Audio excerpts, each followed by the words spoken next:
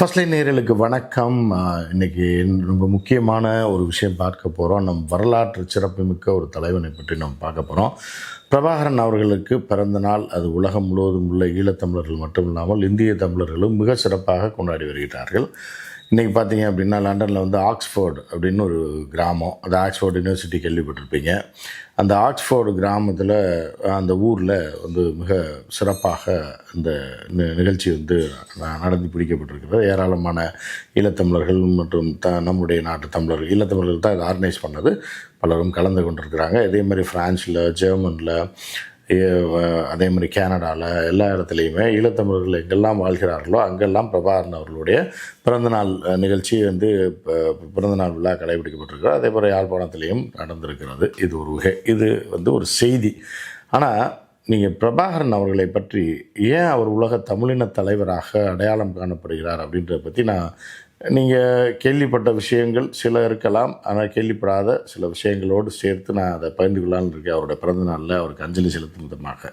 So என்ன அப்படின்னு பார்த்தீங்க அப்படின்னா, அவருடைய நடவடிக்கையில் நீங்கள் வந்து இங்கே வந்து ஆமை கருத்தினேன், நாய் கருத்தினேன்னு சில பேர் சொல்லி அவரை வந்து ஒரு கேட்ரிங் மாஸ்டராக மாற்றக்கூடிய ஒரு சில லூசுகள் இருப்பாங்க. ஸோ அதெல்லாம் விட்டுருங்க. இப்போ வந்து உண்மையிலேயே வந்து அவர் ஏன் உலகத் தலைவராக போற்றப்படுகிறார், பார்க்கப்படுகிறார் அப்படின்னு பார்த்தீங்க அப்படின்னா, அவருடைய தியாகம். இதில் வந்து தியாகத்தில் வந்து என்ன அப்படின்னு பார்த்தீங்கன்னா, ஒரு மனிதன் வந்து அவன் நல்லவனா கெட்டவனான்றது வந்து இறந்ததற்கு பிறகு தான் சாகிறதுக்கு 2 நாளைக்கு முன்னாடி கூட ஏதோ ஒரு புகார், பழைய புகாரில் யாராவது வந்து நிற்பாங்க, சரியா? இல்லைனா இறந்ததற்கு பிறகு சிலர் வந்து புதிய சர்ச்சைகள், அவர் இருக்கும்போது ஒரு பயம் இருந்தாலும் இறந்ததற்கு பிறகு சில சர்ச்சைகளான விஷயங்களே அவர் இப்படி செஞ்சார் அப்படி செஞ்சார் அப்படின்னு கிளப்பி விடுவாங்க சில சந்தேகங்களுக்கு. ஆனால் அப்பழுக்கற்ற தியாகத்தை தவிர தமிழர்களுக்காக முழுக்க முழுக்க தன் வாழ்நாள் முழுவதையும் அர்ப்பணித்து அர்ப்பணித்தது மட்டும் இல்லை, அது ஒரு தியாகம்தான். அதை விட செய்த ஒரு பெரிய விஷயம் என்னென்னா, தமிழர்களின் படையை கட்டுக்கோப்பாக நகர்த்தியது. தனக்கு எதிரியாக இருந்தாலும் சிங்கள மக்கள் மீது எந்த விதமான, பொதுமக்கள் மீது எந்த விதமான தாக்குதலையும் நடத்தாதது. தனக்கு சம்பந்தம் இல்லாதவர்களை தவறாக விமர்சனம் செய்யாதது. உண்மையை தவிர வேறு எதையுமே பேசாதது. இப்படி பல்வேறு குணங்கள் சராசரி மனிதர்களுக்கும் மிகப்பெரிய தலைவர்கள், ஞானிகள் என்று சொல்லக்கூடியவர்களுக்கு கூட இல்லாத குணம் வந்து அவர்கிட்ட இருந்தது அப்படின்றது தான் இன்றைக்கு வரைக்கும். ஒரு முறை நான் வந்து பல முறை இலங்கைக்கு சென்றிருக்கேன், பல முறை வடக்கு மாகாணங்களுக்கும் கிழக்கு மாகாணங்களுக்கும் சில முறை சென்றிருக்கிறேன். வடக்கு மாகாணத்தில் பொறுத்த அளவுக்கு பார்த்திங்கன்னா, புலிகள் கட்டுப்பாட்டில் இருந்த பகுதிகளுக்கு நான் பல முறை சென்றிருக்கிறேன். போர் முடிவுக்கு பிறகு 2013, 2014 எலெக்ஷன், 15 தேர்தல் எல்லாத்தையும் கவர் பண்ணியிருக்கேன். அதுக்கப்புறம் ஜனநாயக ரீதியில் வந்ததுக்கப்புறமும். ஸோ ஒரு சுருக்கத்தை வந்து நான் சொல்லி முடிச்சுக்கலான் இருக்கேன். இன்றைய இளைஞர்களுக்கு, இன்றைய ஜென்ரேஷனுக்கு வந்து இன்று ஈழப்போர் குறித்து தெரியாதவர்களுக்கு ஒரு சின்ன விஷயத்தை சொல்லிக்கிறேன். பிரபாகரன் ஒன்றும் தேவையில்லாமல் ஆயுதம் ஏந்தி போராடவில்லை. அதற்கு முன்பாக தந்தை செல்வா என்கிற ஒரு மிகப்பெரிய மனிதர், அரசியல்வாதி, ஊர்வலம், நம்ம ஊரில் நடக்கல ஊர்வலம், உண்ணாவிரதம் இதெல்லாம் இருந்துட்டாங்க. இது இருந்தும் தங்கள் கோரிக்கையை நிறைவேற்றவில்லை சிங்கள அரசுன்றதுக்காக ஆயுதம் தூக்கலை. அதற்கப்புறம் சிங்கள அரசு இன அழிப்பு நடவடிக்கைகள் 83, 82க்கு அப்புறம் 79 ஒரு கலவரம் நினச்சி, 84 தெரியும் பிளாக் ஜூலை அப்படின்ற கலவரம். அந்த கலவரத்தில் என்னென்னா, நம்முடைய சகோதரிகளை வீடு புகுந்து, அதாவது நல்ல செல்வாக்காக வாழ்ந்தவர்களை லிஸ்ட் எடுத்து, நல்ல ஒரு ஸ்டேட்டஸாக இருக்கிறவங்களெல்லாம் லிஸ்ட் எடுத்து அவர்களை வந்து இவர்கள் சிங்கள அரசுக்கு எதிராக போராடுகிறார்கள் என்று அவர்கள் வீட்டுக்குள் புகுந்து அவர்கள் கண் முன்னாலேயே ஒரு பணக்கார, ஒரு படித்த ஒரு சயின்டிஸ்ட் இருக்கான்னு, அவன் வீட்டுக்குள்ளே ஈழத்தமிழர்களுக்கு ஆதரவாக செயல்படக்கூடிய, ஜனநாயக ரீதியில் செயல்படக்கூடிய தலைவர்களை லிஸ்ட் எடுத்து சிங்கள அரசு என்ன பண்ணிட்டாங்கன்னா, அதை சிங்கள ரவுடிகள்கிட்ட கொடுத்து அந்த வீடுகளுக்கு சென்று செல்வாக்காக வாழ்ந்த மனிதர்கள் இருக்காங்களா, அவர்கள் வீடுகள் வந்து அவர் கண் முன்னாடியே அவருடைய மகளையோ மனைவியோ பாலியல் வன்கொடுமை செய்தது, சொத்துக்களை அளித்தது. அதாவது இவர்களுடைய சொத்துக்களை அவருடைய என்ன பண்ணான் அப்படின்னா, இவருடைய 2 விஷயந்தான் ஜெயவர்தனை பண்ணான். அந்த டைமில் என்னென்னா, மிகப்பெரிய கொடூரம் ஜெயவர்தனை. அந்த காலகட்டத்தில் என்ன பண்ணான் அப்படின்னா, 2 விஷயத்தை தமிழர்களை அளிக்க வேண்டும். ஒன்று வந்து பொருளாதார ரீதியில் அவர்களை அடியோடு தூக்கி எறிஞ்சிட்டோன்னா பிச்சைக்காரன் ஆயிடுவான். அவன் இண்டஸ்ட்ரி வச்சுருக்கானா, அந்த காலத்தில் இன்சூரன்ஸ்லாம் பெரிய அளவில் கிடையாது. கடைகளுக்கு தீ வச்சு விட்டுறது, கடை நாசமாக போயிடும், அடுத்த நாள் அவன் தெருவில் அனாதையாக நிற்பான். அவனோட கம்பெனிக்கு தீ வச்சு விட்டுறது, இண்டஸ்ட்ரிக்கு தீ வச்சு விட்டுறது. ஏன்னா இந்த மாதிரியான செயல்களை செய்து அவர்களுடைய சொத்துக்களை அழிப்பது ஒன்று. ரெண்டாவதாக என்ன, அது கொழும்புலையும் செஞ்சாங்க, யாழ்ப்பாணத்திலையும் செஞ்சாங்க, தமிழர்கள் வாழக்கூடிய எல்லா பகுதியிலும் செய்தார்கள், மலையகத்திலும் செய்தார்கள். இந்திய தமிழர்களிடம் அவர்களும் மீதும் தாக்குதல் நடத்தினார்கள், அவர்களையும் கொன்றார்கள், வைத்து எரித்து கொன்றார்கள்.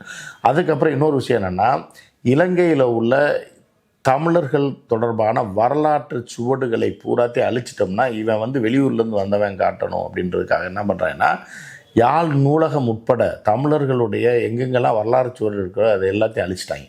யாழ் நூலகம் அவ்வளோ பிரம்மாண்டமான நூலகம், அதை இப்போ ஃப்ரெஞ்சு அரசு வந்து செலவு பண்ணி இப்போ சரி பண்ணியிருக்கு. இப்போ கூட நான் பார்த்துட்டு வந்தேன், மிக அழகாக இருக்கும். அதோட உள்ள புத்தகங்களை பூரா ஆயிரக்கணக்கான புத்தகங்களை எரித்து நாசப்படுத்தினாங்க. தமிழ்நாட்டை விட தமிழ்நாடு தொடர்பான வரலாறுகளும் சரி, தமிழர்கள் தொடர்பான வரலாறும், சேர சோழ பாண்டியர்கள் தொடர்பான வரலாறும் எங்கே இருந்தது அப்படின்னா யாழ் நூலகத்தில் இருந்தது. எல்லாத்தையும் எரிச்சிட்டாங்க. எரித்து இப்படி இன அழிப்பு அப்படின்றதுக்கு வந்து அவருடைய வரலாற்றை அழிக்க வேண்டும், அவருடைய தொழிலை அழிக்க வேண்டும் செஞ்சதுனால தான் அங்கே வந்து ஆயுத போராட்டமே வந்தது. பிரபாகரன் என்கிற ஒரு மாபெரும் தலைவன் 15 வயதில் உருவாகிறாரு. அதுக்கப்புறம் உங்களுக்கு எல்லாம் தெரியும், நீங்கள் எல்லாம் படிச்சிருப்பீங்க. அவர் பாயிண்ட் பிளாங்கில் துரையப்பாவை சுட்டது, அதுக்கப்புறம் இயக்கம் நடத்துது.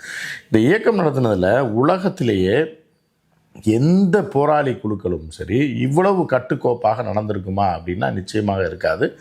அவ்வளோ கட்டுக்கோப்பாக அந்த இயக்கம் நடைபெற்றது. பெண்கள் பெருமளவில் சுதந்திரமாக இருந்தாங்க. இப்போ இந்த போருக்கு பிறகு 2012-13 நான் போயிருக்கும்போது ஒரு சகோதரி, அவங்களுக்கு கையில் இப்போ புலிகள் இயக்கத்தில் இருந்தவங்க, அவர்கள் ஒரு புத்தகம் எழுதியிருந்தார். அது தொடர்பாக அந்த புத்தகத்தை வெளியிடுவது தொடர்பாக நான் வந்திருக்கேன்னு தெரிஞ்சு அவரோட நண்பி என்னுடைய அன்பு சகோதரி ஒருத்தர் வந்து அங்கே செய்தியாளராக இருக்கார், ரிப்போர்ட்டராக இருக்காப்புல.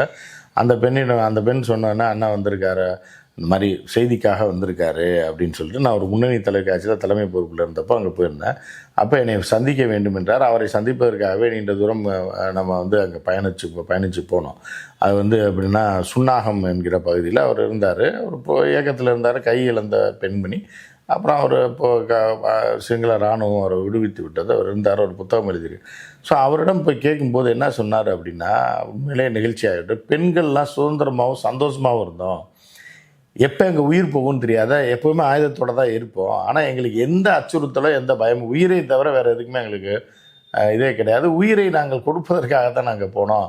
அவன் மிக சந்தோஷமாக எங்கள் பணிகளை செய்து கொண்டிருந்தோம். எது இருக்கோ இல்லையோ அந்த மாதிரியான சந்தோஷம் இப்போது அந்த போர் முடிந்து 5 வருடங்கள் ஆகிவிட்டது. எனக்கு அந்த சந்தோஷம் என்ன, அந்த மாதிரியான ஒரு வாழ்க்கை மீண்டும் வராதா, அந்த போராளி வாழ்க்கைன்றது தான் இருந்தது அப்படின்னு சொல்லி தன் உயிர் போய்விடும் இந்த நாட்டுக்காக, அந்த நாட்டுக்காக, ஈழத்திற்காக உயிர் போய்விடும் தெரிந்த போதிலும் அது சந்தோஷமான வாழ்க்கை. தற்போது 3 வேளை நல்லா சாப்பிட்டுட்டு ஒரு கடை ஒன்று வச்சுருந்தார். அவர் ஒரு செல்ஃபோன் ரீசார்ஜ் அந்த இது மாதிரிலாம் வச்சுருந்தார், ஜெராக்ஸ் கடையெல்லாம். அது எனக்கு சந்தோஷம் இல்லை. 3 வேளை எனக்கு சாப்பாடு இருக்குது, வீடு இருக்குது, எல்லாம் இருக்குது. இப்போ நான் சந்தோஷமாக இருக்கேன். இருந்த போதிலும் இந்த அன்று போராளியாக இருந்த சந்தோஷம் எனக்கு இல்லை அப்படின்னாரு. அவருடைய மக்களுடைய ஒரு சாம்பிள் தான். அதற்கப்புறம் பிரபாகரன் பற்றி உங்களுக்கு தெரியாத ஒரு விஷயம் சொல்கிறேன், தலைவர் பற்றி. ஏன் அவர் வந்து இதானார்னா, அவர் மறைவுக்கு பிறகு என்னென்னா, அவர் வீட்டுக்கு போயிருந்தேன். அவர் வீடு வந்து நிர்மூலமாக்கப்படுவார். அவர் 3-4 இடங்களில் தங்கியிருப்பார். ஒரு பங்கரில் தங்கியிருந்தார். அது எப்படின்னா காங்கிரீட்லேயே கீழே போகும், அடியில் போகும். மேலே இருந்து பார்த்திங்கன்னா ஒன்றுமே தெரியாது. விமானத்துலேருந்து பார்த்தாலும் எதுவுமே தெரியாது. இலந்தலையை போட்டு வச்சுருப்பாங்க. அது உள்ளே போனீங்கன்னா காங்கிரீட்டில் ஃபஸ்ட்டு ஃப்ளோர், செகண்ட் ஃப்ளோர்னு கீழே போகும் தரையில். அந்த இடத்தை வந்து சிங்கள இராணுவம் கண்டுபிடிச்சது போருக்கு பிறகு ஒரு 6 மாதத்திற்கு பிறகு தான் அந்த இடம் கண்டுபிடிக்கப்பட்டது. அது அவர் தங்கும் இடமாக இருந்தது. அந்த இடத்துல போய் என்ன பண்ணாங்கன்னா, ஃபோட்டோலாம் எடுத்து அங்கே பாட்டில்லாம் கொண்டு போய் வச்சு ஃபோட்டோ எடுத்துட்டாங்க. எதுனா சரக்கு பாட்டிலாம் வைத்து. அப்படின்னதுக்கப்புறம் சிங்கள இனவாதிகளே வந்து அதெல்லாம் வைக்காத, அதெல்லாம் செய்யாத, அந்த மாதிரியான தவறான விஷயத்தை நாம் சித்தரிக்கக்கூடாதுன்னு சொல்லி அது மீண்டும் எடுக்கப்பட்டது. அந்தளவுக்கு சிங்களர்களாலேயே மதிக்கப்பட்ட ஒரு தலைவனாக நம்ம தலைவன் இருந்தாப்புல.